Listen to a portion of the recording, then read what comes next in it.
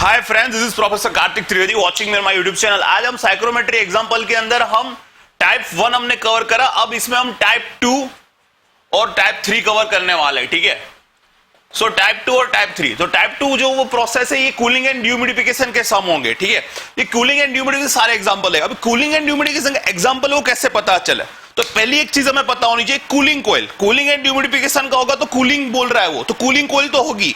तो जब भी आप एग्जांपल पढ़ोगे उसमें कूलिंग कोयल दिया गया होगा। ठीक है, डिह्यूमिडिफिकेशन वर्ड आता है तो जहां पे भी ये आप लिख लो अपने नोटबुक के अंदर, डिह्यूमिडिफिकेशन वर्ड जहां पे भी आएगा उसने तीन चीजें इस्तेमाल करी होगी। एक तो अगर आपको कहीं पे भी वो ड्यू पॉइंट टेम्परेचर ऐसा वर्ड यूज करता है, कूलिंग कोयल का dew point temperature, cooling coil का ड्यू पॉइंट टेम्परेचर, उसका मतलब डिह्यूमिडिफिकेशन। अगर वो ऐसा बोलता है ADP of cooling coil, dehumidification. अगर आपको एग्जांपल के अंदर लास्ट में आपसे पूछता है कि find out the mass of water vapour condensed, तो भी कूलिंग एंड डिह्यूमिडिफिकेशन। अगर आपको ऐसा बोलता है मास ऑफ वाटर वेपर रिमूव, तो भी डिह्यूमिडिफिकेशन, क्योंकि डिह्यूमिडिफिकेशन का मतलब ही होता है वाटर वेपर रिमूव होना।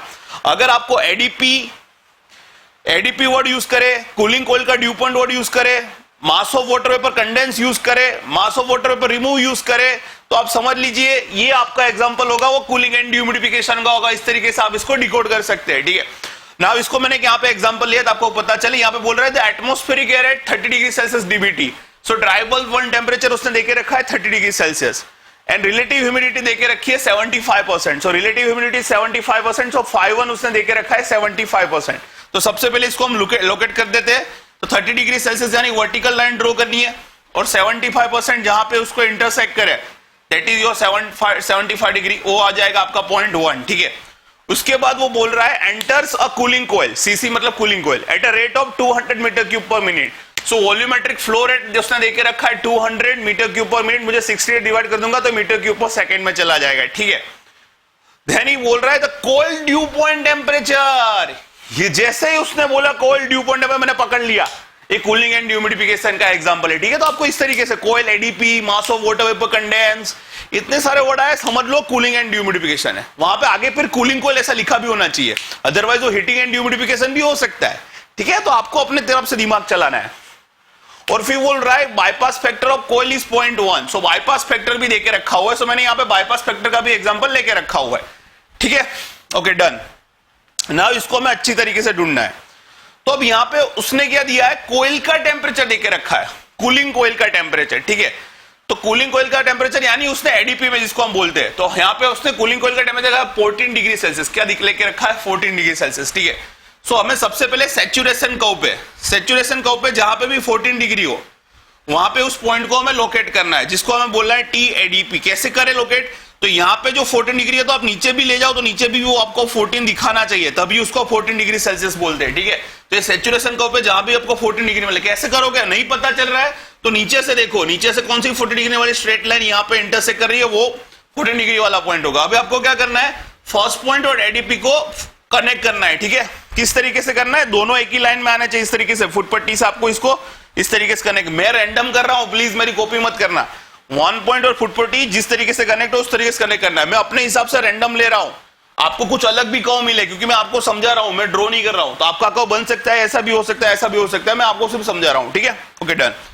अब ये हो गया, पर हमें पता है कूलिंग एंड ह्यूमिडिफिकेशन जब भी प्रोसेस हो तो याद रखिए कि आपका जो सेकेंड पॉइंट आता है वो हमेशा 0.1 और एडीपी की लाइन के बीच में आता है। तो ये 1 पॉइंट और एडीपी के बीच में कहां पे आएगा, ठीक है, समझ लो।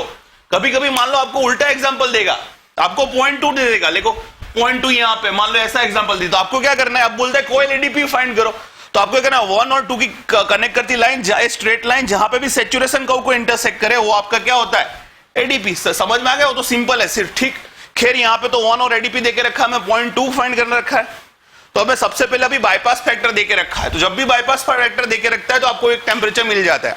तो बाईपास फैक्टर का इक्वेशन याद रखिए, कोयल टेम्परेचर माइनस एग्जिट अपॉन कोयल टेम्परेचर माइनस एंटरिंग। ठीक है, तो कोयल का टेम्परेचर यहाँ पे कूलिंग है तो कूलिंग कोयल का टेम्परेचर मैं टीएडीपी लगता हूं। ठीक है, यहाँ पे हीटिंग हो तो हीटिंग कोयल का आ जाता, वो फर्क नहीं था, मैं आपको जनरलाइज बोलता हूँ, कोयल टेम्परेचर माइनस एग्जिट अपॉन कोयल टेम्परेचर माइनस इनलेट।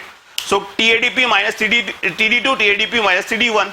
अब बाईपास फैक्टर उसने देके रखा है 0.1, टीएडीपी हमारे पास 14 है, टीडी1 30 है, टीडी2 मिल जाए कितना है 15.6 डिग्री सेल्सियस, कुछ नहीं करना है, जहां पे भी 15.6 डिग्री सेल्सियस है वहां से वर्टिकल स्ट्रेट लाइन ड्रॉ करो, ये जो हो गया वो 0.2 हो जाएगा। तो ये आपका हो गया कूलिंग एंड डिह्यूमिडिफिकेशन वाली लाइन, समझ में आ गया। अब आपको बोल रहा है कि find out the capacity of cooling coil, तो हीट रिमूव ही पूछ रहा है आपको इनडायरेक्टली। तो हीट रिमूव क्या होता है, mass flow rate into big enthalpy minus small enthalpy. अभी आपको क्या करना है, इस तरीके से करना है, 1 की एंथैल्पी यहां पे आएगी, उसको H1 बोल दीजिए, 2 की एंथैल्पी यहां पे आएगी, उसको H2 बोल दीजिए, ठीक है।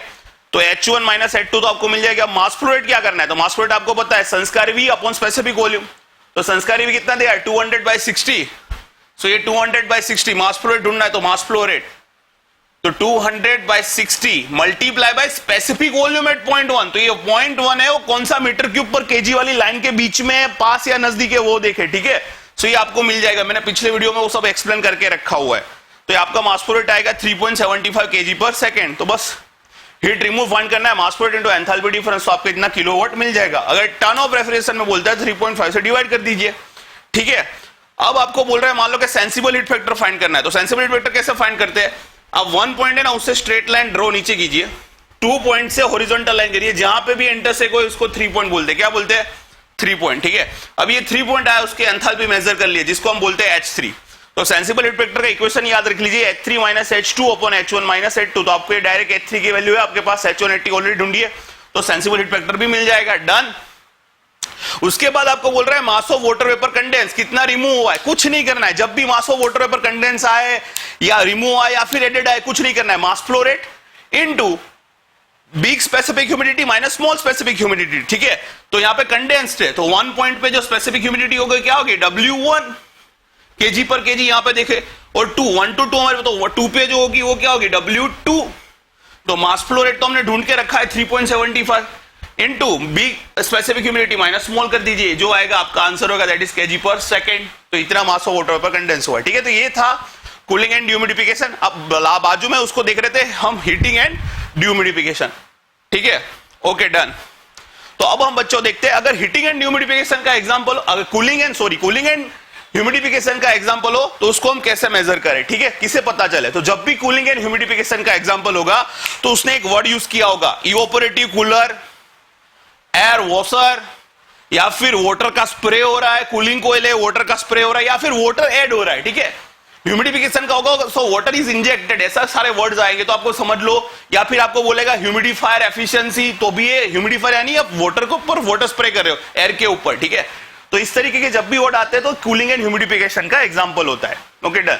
सो यहां पे मैंने लेके रखा है एक एग्जांपल कूलिंग एंड ह्यूमिडिफिकेशन का, the atmospheric air at 40 degree Celsius. तो TD1 हमें देख के रखा है 40 डिग्री सेल्सियस, तो जहां पे भी 40 डिग्री सेल्सियस है वहां पे वर्टिकल लाइन ड्रॉ करें, मैंने किया। एंड रिलेटिव ह्यूमिडिटी 20% उसने देके रखी है, सो 5 and 20%, तो जहां पे भी 20% वाली लाइन इंटरसेक्ट करे वो आपका हो जाएगा 0.1, ये 20% वाली लाइन है, सो दिस इज योर 0.1, ठीक है, ओके डन।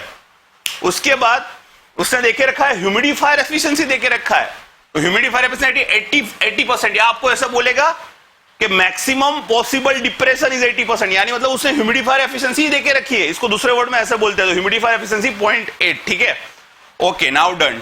तो बाकी सब आपको पॉइंट उसी तरीके से यहां पे भी ढूंढना है, ठीक है। तो एक चीज याद रख लीजिए, आपको सबकी प्रॉपर्टी याद होनी चाहिए। अगर कूलिंग एंड ह्यूमिडिफिकेशन होता है तो हमें पता है इस जो प्रोसेस है उसकी प्रॉपर्टी होती है कि यहां पे एंथैल्पी कांस्टेंट रहता है, तो आपको क्या करना है 1 से आपकी एंथैल्पी वाली लाइन ड्रॉ करनी है, ठीक है। 1 से एंथैल्पी है, तो जो 1 की एंथैल्पी होगी वही 2 की होगी और वही 3 की। 3 पॉइंट क्या होता है, उसको हम बोलते हैं आइडियल पॉइंट, जो सैचुरेशन कर्व को इंटरसेक्ट करता है, ठीक है। तो ये 1 और इसको 3 पॉइंट बोलते हैं। एक्चुअली हमारा जो पॉइंट 2 पॉइंट आता है वो 1 और इस 3 पॉइंट है, इसके बीच में आएगा, हमें वो पॉइंट फाइंड करना है। लेकिन हमें पता है कि ये प्रोसेस के अंदर एंथैल्पी कांस्टेंट रहती है, तो हमें 1 पॉइंट से कांस्टेंट एंथैल्पी वाली लाइन ड्रॉ करनी है जो सैचुरेशन कर्व को इंटरसेक्ट करे, उसको थर्ड पॉइंट बोलते हैं। अगर ये आपकी आइडियल प्रोसेस होती तो आपका ह्यूमिडिफिकेशन 100% वाली लाइन पे होता, पर एक्चुअली होता नहीं है, पर हमें यहाँ पे फाइंड करना पड़ता है थर्ड पॉइंट।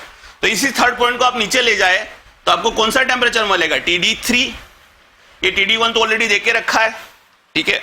अब हमारे पास ये ह्यूमिडिफायर का आपको इक्वेशन बच्चों याद रखना है। ह्यूमिडिफायर का एफिशिएंसी का इक्वेशन होता है TD1 minus TD2 upon TD1 minus TD3। ये क्या है मैं आपको बता देता हूं। मान लो लेटेस्ट टेक एग्जांपल, मान लो कि 2 पॉइंट कहीं यहां पे होता तो ये क्या है, TD2 यहां पे होता, तो ये यहां पे कुछ TD2 आता, तो इसको क्या बोलते हैं, actual temperature drop upon ideal. Ideal यानी अगर ह्यूमिडिफायर की एफिशिएंसी 100% होती है तो कौन सा कहां पे पॉइंट आता है, 3 यहां पे, तो आइडियल टेम्परेचर क्या होता है, TD1 माइनस TD3। अगर